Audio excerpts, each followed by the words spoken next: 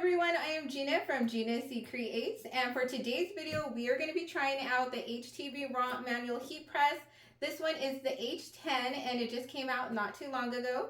It is 12 by 10 inches and I have been waiting to get my hands on one of these because I just love how compact it is and it's completely portable. So if you want to take it to a craft night with the girls, or if you're going to craft events or having events at churches and schools, you're able to take this with you because it's so lightweight and you can just plug it in versus those big heavy heat presses that just stay in one spot. So let's try this out together. We are going to be pressing it on different surfaces.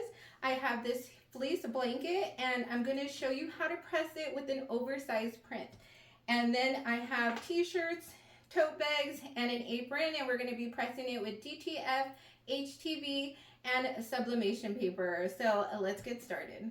Okay, I went ahead and unboxed the heat press, and inside you will get the heat press with the heat resistant plate that it sits on.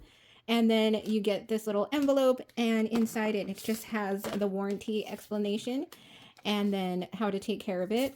And then it has a little letter, and then it has the QR code for the manual. So I noticed they don't print out the full booklet manuals anymore. You just scan the QR code and you can get it online.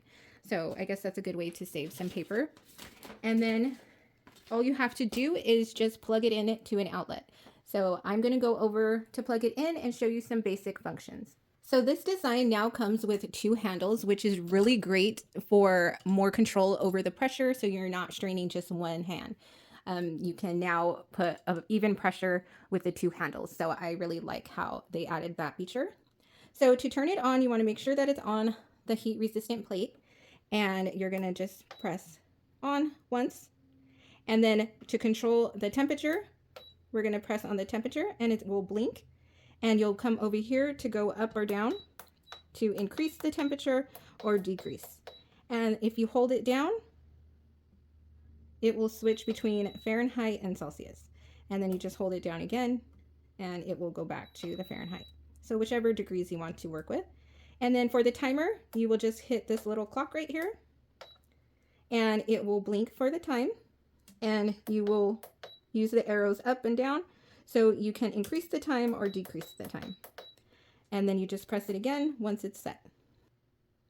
And now when this light is red, that means it's already starting to heat up. And once it turns green, that means that it's ready to go at the degrees that you have. And then right here in the middle, it has the pounds. And this will only start showing you how much pressure you are putting when you press this start button. So I will show you later on in the video how that works. Okay, so the first thing we're going to press is a DTF transfer, and I just got this one from Hobby Lobby, and we're going to press it onto a 100% cotton shirt. And you can see when I turned it on, it is at the same setting that I did last. So it has a cool little memory feature, so it will remember the last setting that you inputted it, and it'll stay at that. So now I'm setting my degrees to 300 Fahrenheit for 15 seconds. And that is how we're going to press our DTF shirt. So right now the red light is on and it's heating up. And once it turns green, we can press. On the back of these Hobby Lobby DTF transfers, it does tell you to press for 15 seconds for 3 to 4 times. I am making this for my daughter, so I'm using the Wonder Nation t-shirt from Walmart. And we are going to press this, but you want to make sure you have a heat resistant mat underneath before you press. You don't want to just press on any surface. You need to make sure that there is a protective layer underneath. And then you place the shirt on top, take your lint roller and make sure there's no loose fabrics or lint on top. And depending on the design that you're pressing, you want to always measure the surface of your shirt so you know how big to print or cut your design. So you can do that with some measuring tape. And then you're going to need a piece of parchment paper or Teflon sheet. I like to use this parchment paper from Walmart. You could get it right next to the foil section because it's a lot cheaper and I go through it a lot. So before I press my design, I'm just going to take the heat press and run it over the shirt to get all the moisture and wrinkles out, so I have a nice smooth surface to work with. So now that we have our shirt pressed, I remove the heating pad because I want to place my design onto my shirt in the center. So I like to lay it on a flat surface. And I'm using this t-shirt ruler guide from HTVRONT. It has infant, toddler, youth, and adult all in one product. So I love using this to find the center of my t-shirts. So in this case, I just lined up the neckline to the line that says youth.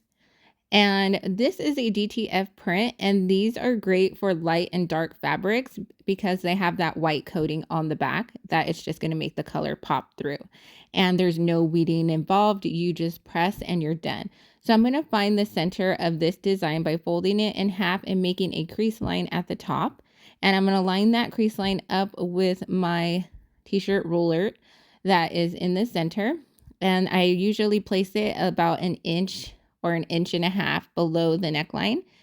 And then I'm going to lay it down, and I'm going to use some heat resistant tape. You need to make sure that your tape that you're using on your t-shirt is heat resistant. You can't just use any kind of tape. So you're just going to tape the bottom first, and then you can remove the t-shirt ruler and place more tape around the edges so we know that our design is not going to move from the placement that we have. And then we're going to get our heat press mat, lay it down, put your t-shirt on top, making sure that the design is nice and centered on the heat mat. And then we're going to place our protective parchment paper over the design, and we are going to press our t-shirt. So you can see our heat press is ready. It has the green light. We're going to hold it with 2 hands and press down and make sure we hit that start button and push down. And it will do the countdowns for the seconds. And it even shows you how much pressure you're applying as you're pushing. And as recommended, we are going to do this step 3 times so we can make sure that our DTF print is nicely embedded into the shirt. So we just press it at 15 seconds at a time so it does not burn our design or our t-shirt, because leaving it for too long, it can cause some damage. And depending on the transfer, you need to know if it's a cold pill or a hot pill.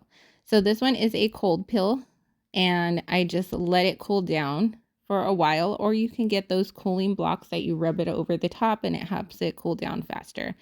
But you want to be careful because the transfer film is going to be super hot, so you don't want to touch it without gloves, or you want it to cool down completely before trying to lift off the transfer sheet.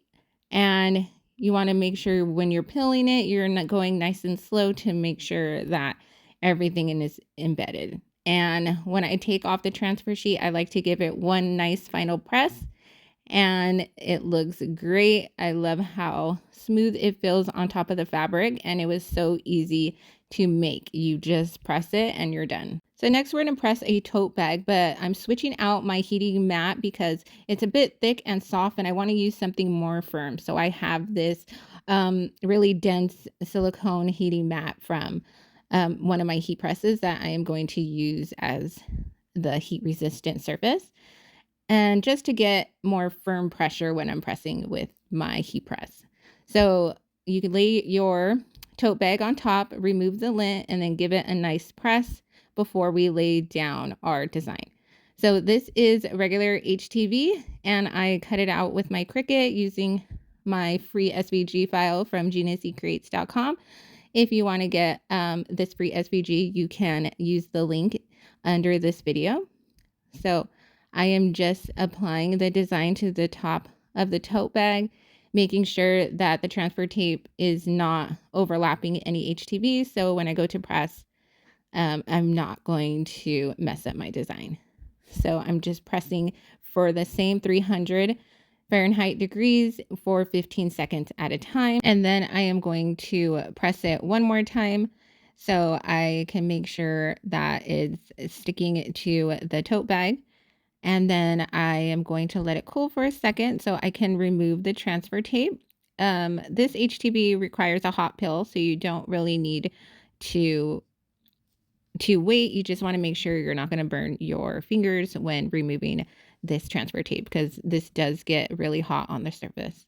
And now when I remove the transfer tape, I'm going to put the parchment paper back over the design and give it one last final press. And this is how it came out. It's nicely embedded into this shirt and it didn't take a lot of effort. So I'm definitely happy with this design and it worked great on my tote bag. So next we're going to try out this heat press on a bigger surface material. So I removed everything off my table and I folded up a bedding sheet and I just laid it out flat and gave it an iron so it can be a smooth surface. And then I am going to press it onto my daughter's apron using some sublimation paper. So this is the sublimation apron I got from Hobby Lobby and it was only $6.50. So I am going to change the settings for this heat press to press on sublimation paper. So it's going to be at 395 degrees Fahrenheit and I am going to press it for 40 seconds. And please make sure when this heat press is hot, you are not handling it by the bottom of the base plate because that can still get super hot. So please don't do as I do, just do as I say. Make sure you wear some heat resistant gloves because it gets pretty hot all the way around this heat press. So once I laid out my apron, I just gave it a nice press to make sure that I get any moisture out and I have a smooth surface to work with. And you also want to make sure that you remove the lint from the surface as well. And I really love how this heat press is easy to glide and move around. It's really just like a big iron, but can get way higher temperature than the household iron. So here are my sublimation prints. Of course, you have to mirror the design when working with sublimation. So I got these cute little designs from Canva and I just made the cute little makers are going to make logo. And then I filled up my sheet with some of their coquette bow designs. And now I just cut them up into individual pieces and then I'm going to lay them out over my apron. And once I have the designs placed out how I want it, I'm just going to go back and flip over all the paper and I'm going to make sure they're held down with some heat resistant tape. And then I am going to get another sheet of parchment paper and lay it on top of one section. And I'm going to begin to press. You make sure you press that start button so it can do the countdown for you. And once it's done, you will hear a beep and you can pick it up and then go back and do each section at a time. So this is where the heat press really comes in handy when working with oversized prints. It's easier to use on these bulky items than using a auto heat press because just because of the placement, you want to make sure that you can see your whole design flat. So now I'm removing all of my papers and I do have a little bit of uneven pressure on this, but I think it was because of the apron and also because of my sheet that I have underneath. So you just want to make sure that the surface you're pressing on is nice and flat without any wrinkles. So next we are going to press on a fleece blanket. So I made this design in Canva. And originally I wanted to have a white border around, but when I zoomed in, you can see that Canva still had some lines in between. So I figured I would just select all my photos and remove the border. So I'm going to print it like this to make sure I have a nice clean design. And then I just added our family name at the bottom. And then you just download it as a PNG. And if you have the Pro account, you can increase the quality a little. I made this design in Canva to be 17 inches by 22 because that is going to be the size of 4 letter papers put together. So once you have it downloaded, I open the program in my Windows photo viewer and then I go to print and I uncheck the box fit to frame. So under printer, you just make sure you have your Sublimation printer selected. It's on 8.5 by 11 paper with matte and the quality is high. And you're going to go to options and go to your printer settings, and we're going to go down to multiple pages option, and we're going to select the 2x2 poster. So that means 2 letter sheets by 2 letter sheets. So it's going to look like this. Under the settings, you can see these are full-size letter papers, and it's going to blow up my design to print it into 4 sections. So this is how we're going to get the oversized print for sublimation on a regular 8.5 by 11 printer. And you're going to make sure we have that option mirror image checked, because when we go to lay it down, when you're working with sublimation, it needs to be mirrored. So now you can go to print preview, and you can see how our pages are going to print out. And you can see that my whole design got cut up into 4 sections. So I went ahead and printed them out on my sublimation printer. So now I'm just going to lay out all 4 sheets so I can place them together. And you can see they printed out with a border, and that is totally natural, and you want to have it like that, because if you do borderless, sometimes it cuts off part of the image. So we're going to work with the top half of the heart first, because we're going to trim this down so we can connect it together. So for the sheet on the left hand side on the top, we are going to cut off the white border with an X-Acto knife and a straight edge. So we're going to do it to the right side of the paper and to the bottom of the paper only. So now we have that trimmed down. So for the right side of the heart, we are only going to trim off the bottom border of the paper.